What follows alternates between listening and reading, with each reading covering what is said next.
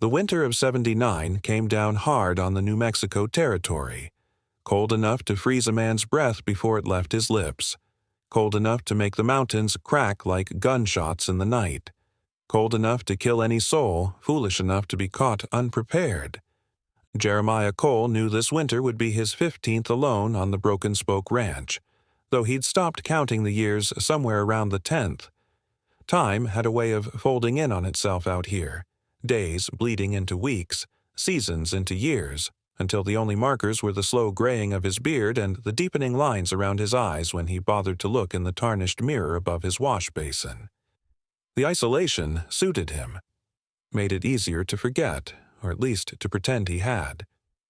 Every morning followed the same ritual: coffee boiled thick enough to stand a spoon in, salted pork or jerky gnawed while standing at the window, watching the sun climb over the eastern ridge. Every evening ended with whiskey by the fire, one eye on the Sharp's rifle propped by the door. The years had worn a groove in his existence deep as a wagon rut, and he walked it without thought or deviation. The ranch house was built sturdy, nestled between the foothills and a creek that rarely ran dry, even in drought years. He'd added to it over time: a larger barn, better corrals, a stone smokehouse. Enough work to keep his hands busy and his mind from wandering to places he couldn't bear to visit. Cole stood on his porch that evening, watching the storm clouds gathering over the western mountains. The cattle were already brought in close, huddled in the shelter of the barn and lean-tos. The wind carried the scent of snow, heavy and sharp. This wouldn't be an ordinary storm.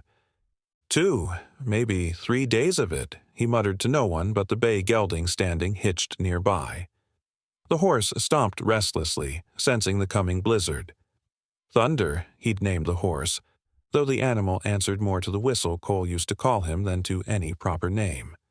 The gelding had been with him 8 years now, outlasting every other living thing that had dared attach itself to Jeremiah Cole. He reached out and stroked the horse's neck, the gesture as close to tenderness as he allowed himself these days. "Better get you settled 'fore it hits," he said, his voice gruff from lack of use. The nearest neighbor was 20 miles away, and Cole made the ride into Cimarron for supplies only when absolutely necessary. Some months he spoke more to thunder than to any human being. As Cole turned to head inside, something caught his eye: movement along the ridge to the south. Riders, moving fast despite the failing light and gathering storm. He counted 10 shapes against the darkening sky. His hand fell instinctively to the Colt on his hip. 15 years alone hadn't made him careless. Cole watched as the riders made their way down, following the old game trail that led toward his property. Even at a distance, he could tell they weren't white men. The way they sat their ponies, the lack of saddles on most. Apaches. Something cold that had nothing to do with the weather settled in his gut. Images flashed unbidden: his cabin burning, Sarah's screams, little Thomas hiding behind his mother's skirts, blood on the ground, on his hands. Everywhere. Cole's grip tightened on his revolver. 15 years hadn't been enough to wash away the memory or the hatred that followed. His jaw clenched as the familiar rage rose in his throat, bitter as gall. Every nightmare, every silent scream that had torn him from sleep over the years flashed through his mind in an instant. He'd buried Sarah beneath the cottonwood by the creek. What was left of her, anyway? The grave was marked by a cross he'd made from the charred timber of their first cabin, the one they'd built together when they'd come west from Pennsylvania, with nothing but hope and grit. Thomas he couldn't bury. There'd been no body to lay to rest, just a small leather shoe found by the creek bank, its mate nowhere to be found. Some nights, Cole still woke gasping, convinced he'd heard a child crying for help from somewhere in the darkness beyond his window. Now, watching the Apache riders approach, Cole felt his heart hammering against his ribs. Part of him wanted to raise his rifle, to answer 15 years of grief with lead and fury. His finger twitched against the trigger guard. It would be so easy. The riders approached cautiously, stopping a respectful distance from the house. Their leader, a man perhaps in his 40s with a face weathered beyond his years, raised his hand in a gesture of peace. "We seek shelter," the man called out in heavily accented English. "Storm comes. Children with us." Only then did Cole notice that 3 of the riders were women, and among them 4 children of varying ages clung to their mothers' backs or shared ponies. "There's an abandoned mine 5 miles east," Cole shouted back, his voice rough from disuse. "Shelter enough there." The Apache man shook his head. "Too far. Storm already here." He gestured to the sky behind them, where the first fat snowflakes were beginning to fall. "One night only. Then we go." Cole felt the old familiar anger rising like bile in his throat. He wanted to tell them to keep riding, to take their chances with the storm. A part of him, a part he wasn't proud of, wouldn't mind if the blizzard claimed them all. But even as the thought formed, one of the children coughed, a hacking sound that carried on the wind. A small boy, no more than 5 or 6. The same age Thomas would have been. "Your weapons," Cole said finally, his jaw tight. "Leave them here. You can shelter in the barn." The Apache leader nodded, saying something in his own language to the others. One by one, they dismounted, placing their weapons, bows, knives, a single ancient rifle, in a pile. Cole noticed how thin some of them looked, especially the children.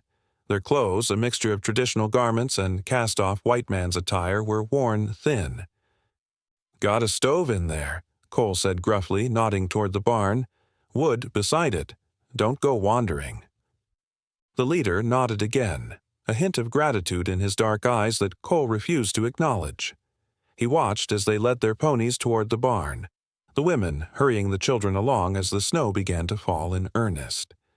Cole stood on the porch long after they disappeared inside, watching the snow erase their tracks. The storm descended in full fury, howling around the corners of the house, driving the temperature down. He thought of the children in the barn and told himself it wasn't his concern. He'd done more than most men would, giving shelter to Apaches, more than they'd done for his family. Inside his cabin, Cole lit the lamps and stoked the fire in the iron stove. He poured himself a generous measure of whiskey and sat at the table, cleaning his rifle by lamplight, though it didn't need cleaning. Outside, the wind screamed like a wounded thing, like Sarah had screamed. He poured another whiskey and drank it down in one swallow, the liquor burning a trail down his throat that couldn't burn away the memories.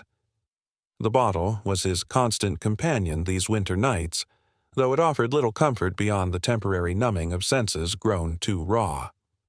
Cole rose and crossed to the small trunk he kept at the foot of his bed. He rarely opened it anymore. Too many ghosts lived inside. But tonight, with Apaches sleeping in his barn, the past seemed determined to haunt him anyway. The lid creaked as he lifted it. Inside, carefully folded, lay Sarah's wedding dress, now yellowed with age. Beneath it, Thomas's baby blanket, embroidered with his initials by Sarah's careful hand. A daguerreotype in a tarnished silver frame. The 3 of them, Thomas just a babe in arms, Sarah's smile bright enough to light the world. Cole's own face, beardless and unlined, a stranger to the man he'd become. His fingers brushed something small and hard wrapped in oilcloth. He drew it out, knowing what it was before he unwrapped it. His pocket watch, stopped at 3:42, the exact moment he'd ridden over the ridge to see his homestead in flames. He'd never wound it again, letting time stop when his life had. Cole rewrapped the watch and placed it back in the trunk, closing the lid firmly. He returned to the table and his bottle, pouring another measure as the first flakes of snow began to patter against the window panes. The storm raged through the night, piling snow against the doors and windows. By morning, drifts stood shoulder-high in places, and still the snow came down. Cole dug his way out to check on the cattle and, whether he wanted to admit it or not, his unwelcome guests. He found them huddled around the stove in the barn, the children wrapped in what few blankets they had. The smallest one stared at him with wide, fearful eyes.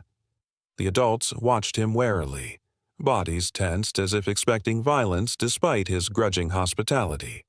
Cole surveyed the group with guarded eyes, Despite himself, he noted details, how the smallest child, a boy of perhaps 3, clung to his mother with dirt-streaked cheeks and a runny nose.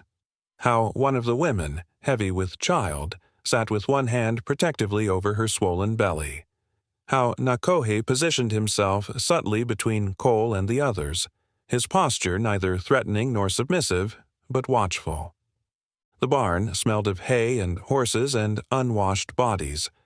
Cole's cattle lowed softly from their stalls, accustomed now to sharing space with these strange intruders. A chicken pecked idly at scattered feed near the tack-room door, unconcerned with the tension that hung in the air like wood smoke. "Storm's not letting up," Cole said flatly. "Might be stuck here another day or two." The leader, Nakohe, he'd called himself when pressed, nodded.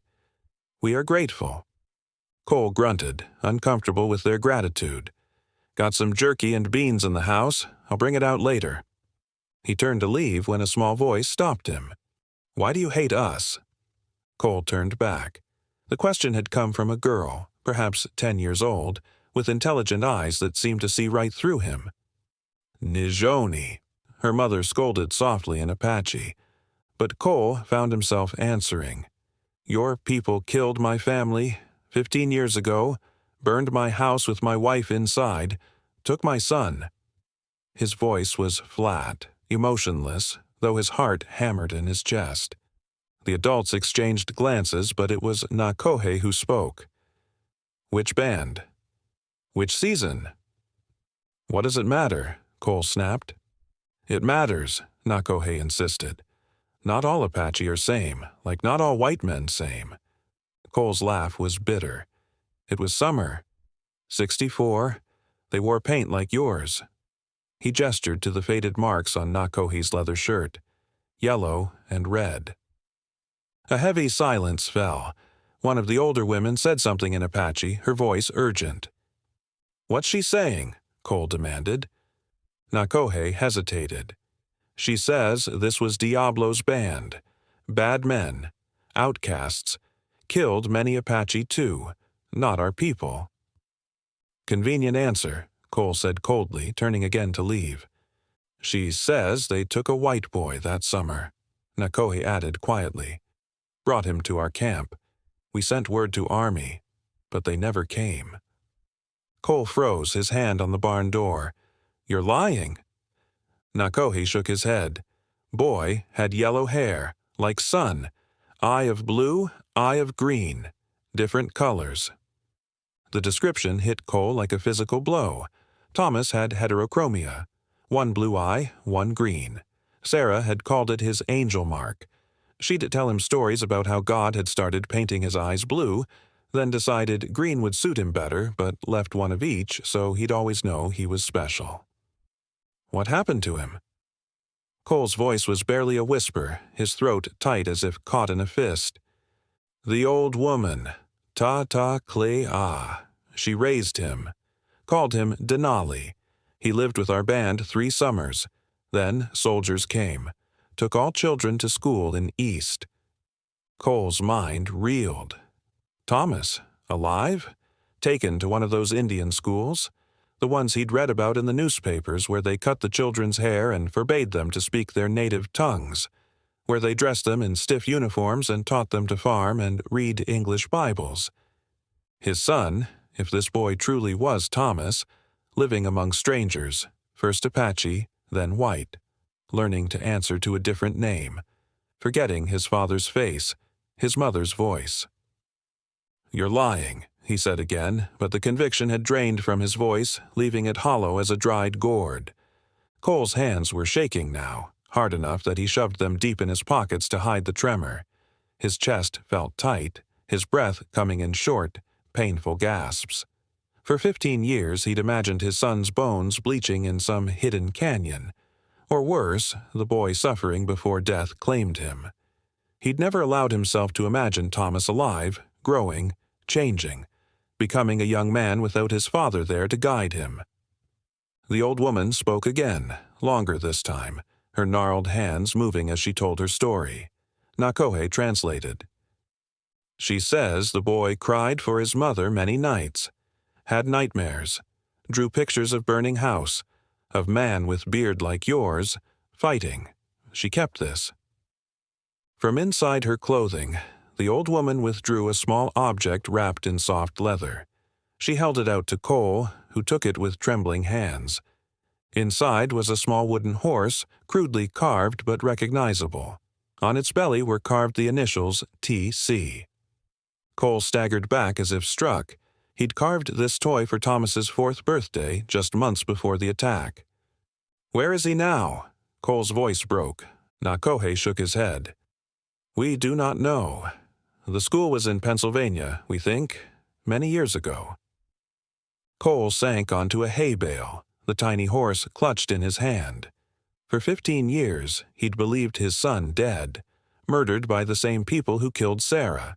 For 15 years, he'd nurtured his hatred, let it consume him until there was little else left. And all that time, Thomas might have been alive. "Why are you here?"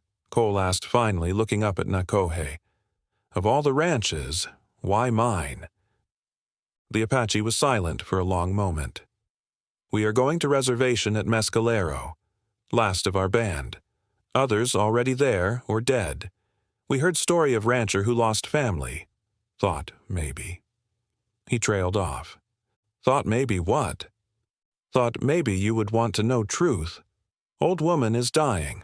Wanted to return boy's toy before she joins ancestors." Cole looked at the old woman, really looked at her for the first time. Her face was deeply lined, her eyes clouded with cataracts, but there was strength there, and dignity. "She protected my son," Cole said, more to himself than to Nakohe. "She loved him," Nako corrected gently, "as her own." Outside, the wind howled, driving snow against the barn. Inside, something shifted in Cole's chest, a loosening of a knot that had been pulled tight for 15 years. "You'll need more than jerky and beans," he said finally, standing. "I'll bring proper food. Blankets, too." As he trudged back to the house through the snow, the wooden horse clutched in his hand, Cole felt the weight of 15 years of hatred begin to lift. In its place was something he hadn't felt in a very long time: hope. The storm lasted 3 days, burying the ranch under 4 feet of snow.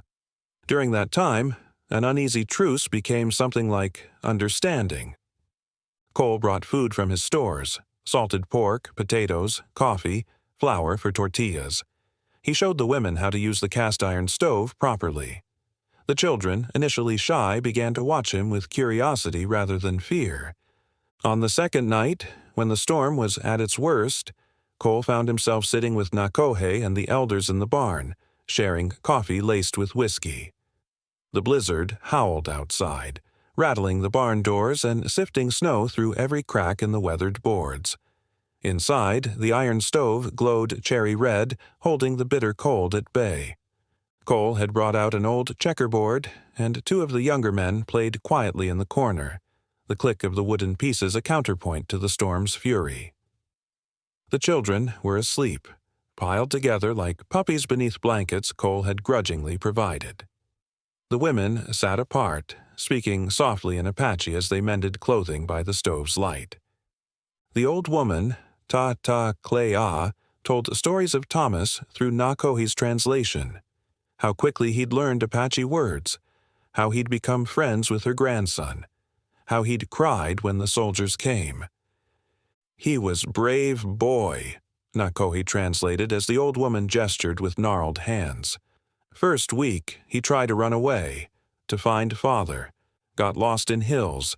When we find him, he was sitting under juniper tree, singing song," the old woman demonstrated, humming a tune Cole recognized with a jolt, "Oh, Shenandoah," a song Sarah had sung to Thomas every night. "Said his mother teach him," Nakohe continued translating. "Said if he ever lost, father would hear song and find him." Cole stared into his tin cup, blinking hard against the burning in his eyes. He'd searched for weeks after the attack, combing every canyon and wash for miles. Had Thomas been singing, waiting for a rescue that never came? He never forgot you, Nakohe translated as the old woman spoke. Always said his father was strong like bear, would find him someday.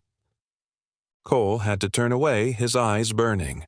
His hands clenched around the tin cup hard enough to dent the metal. 15 years of hatred, of nursing his grief like a poisonous plant, tending it with whiskey and isolation. 15 years of blaming all Apache for what some had done.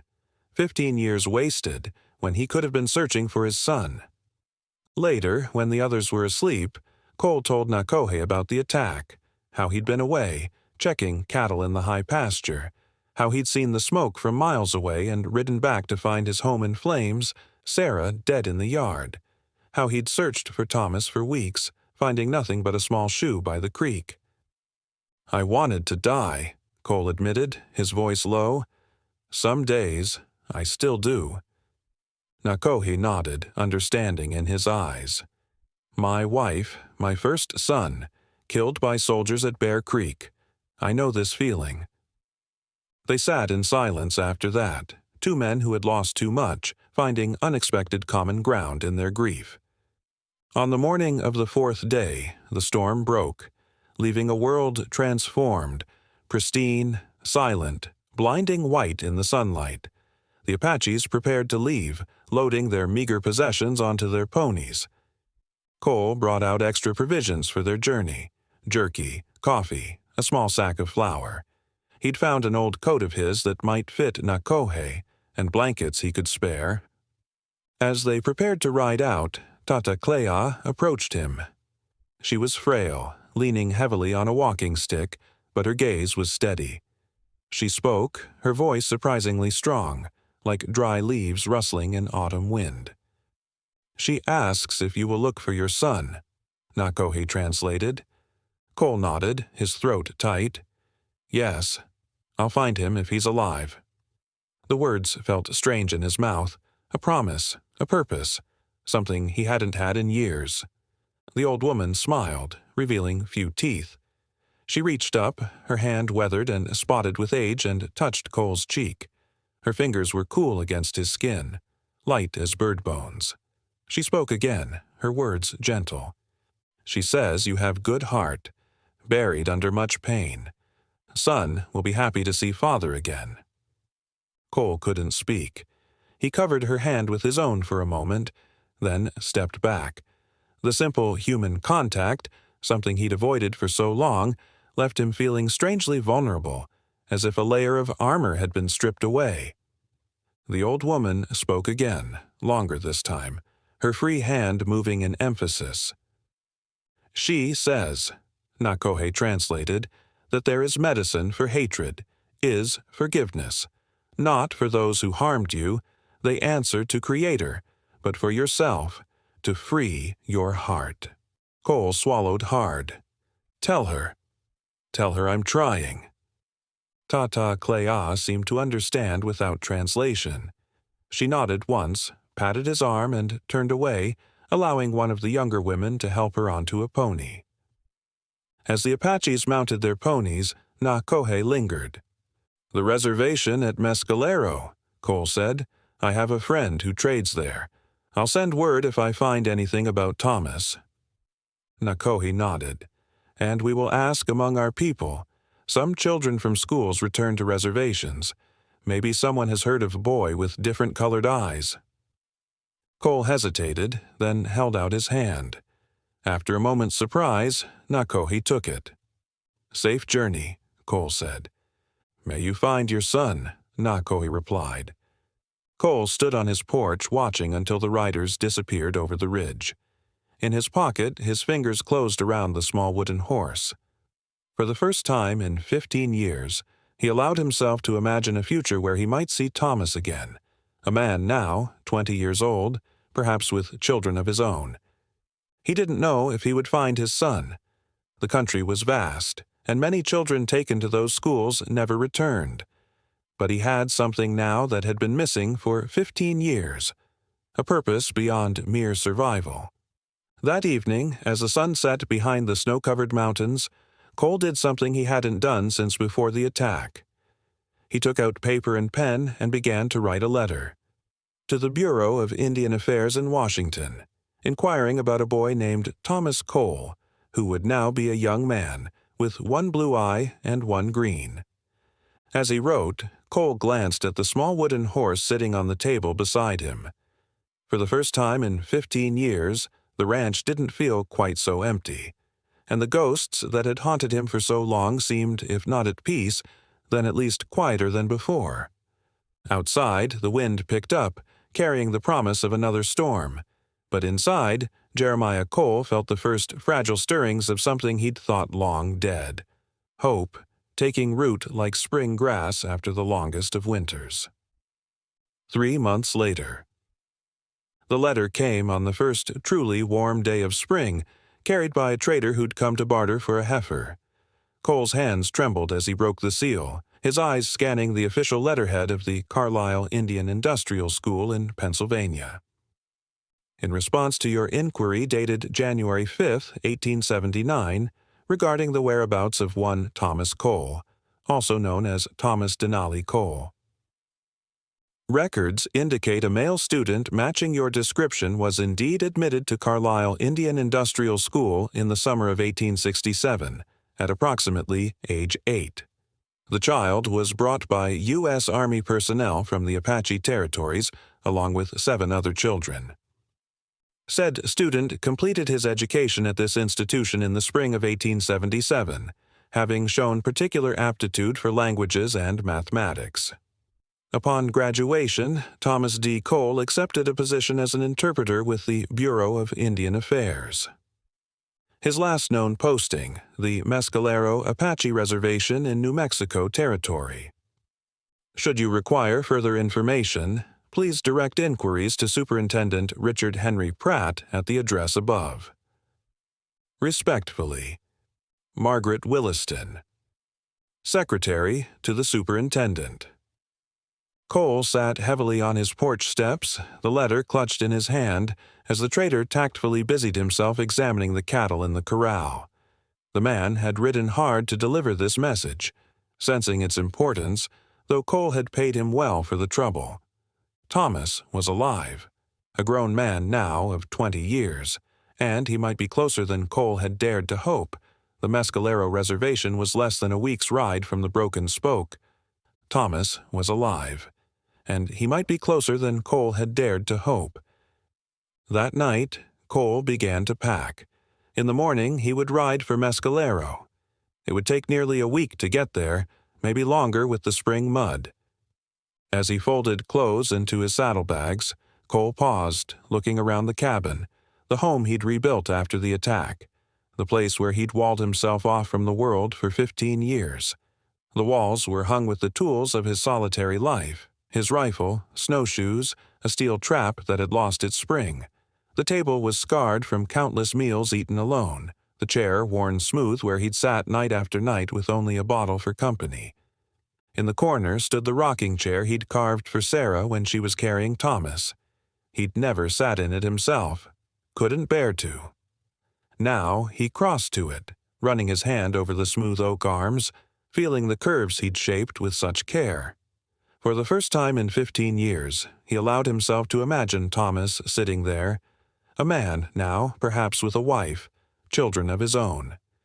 It struck him suddenly that if he found Thomas, he might not return here. His son's life was elsewhere now, and perhaps his own future lay in a different direction as well. The thought should have frightened him. Instead, Cole felt a strange sense of lightness, as if setting down a burden he'd carried for too long. He looked again at the cabin, seeing it now not as a fortress against grief, but as what it was: 4 walls and a roof, nothing more. The life he'd lived here had been no life at all, just existence, stretched thin over endless empty days. Cole returned to his packing with renewed purpose. To his saddlebags he added the daguerreotype from the trunk, wrapped carefully in soft buckskin. After a moment's thought, he took Sarah's wedding ring as well, strung on a leather cord he'd never had the heart to remove from the trunk before. He placed the small wooden horse carefully in his shirt pocket, close to his heart. Tomorrow he would ride out, following a trail he'd thought lost forever, toward his son, toward whatever came next. For the first time in 15 years, Jeremiah Cole rode out from the Broken Spoke Ranch not running from his past, but moving toward his future. He'd saddled Thunder before dawn, the familiar routine steadying his hands when his thoughts threatened to race ahead. The morning was cool and clear, birdsong filling the air as the eastern sky blushed pink. He'd left feed for the cattle, though it hardly mattered. A neighbor's boy would be coming by to tend them in exchange for a heifer come fall. Cole had made the arrangements in town last week, another sign that something had shifted within him. In his saddlebags were provisions for the journey, the letter from Carlisle, and a crude map to the Mescalero Reservation sketched by the trader. Around his neck, beneath his shirt, hung Sarah's ring on its leather cord. In his pocket, the wooden horse pressed against his chest with each beat of Thunder's hooves, and as he crossed the ridge where he'd first spotted the 10 Apaches months before, Cole paused, looking back at the ranch below. The cattle grazed peacefully in the spring grass. The building stood solid against the backdrop of mountains. It looked like what it was. A good place, a place worth returning to. Whether he would return alone, with his son, or not at all, Cole couldn't say. But for the first time in 15 years, he found himself looking forward to finding out. He turned Thunder's head toward the south and urged the gelding forward, leaving the Broken Spoke behind.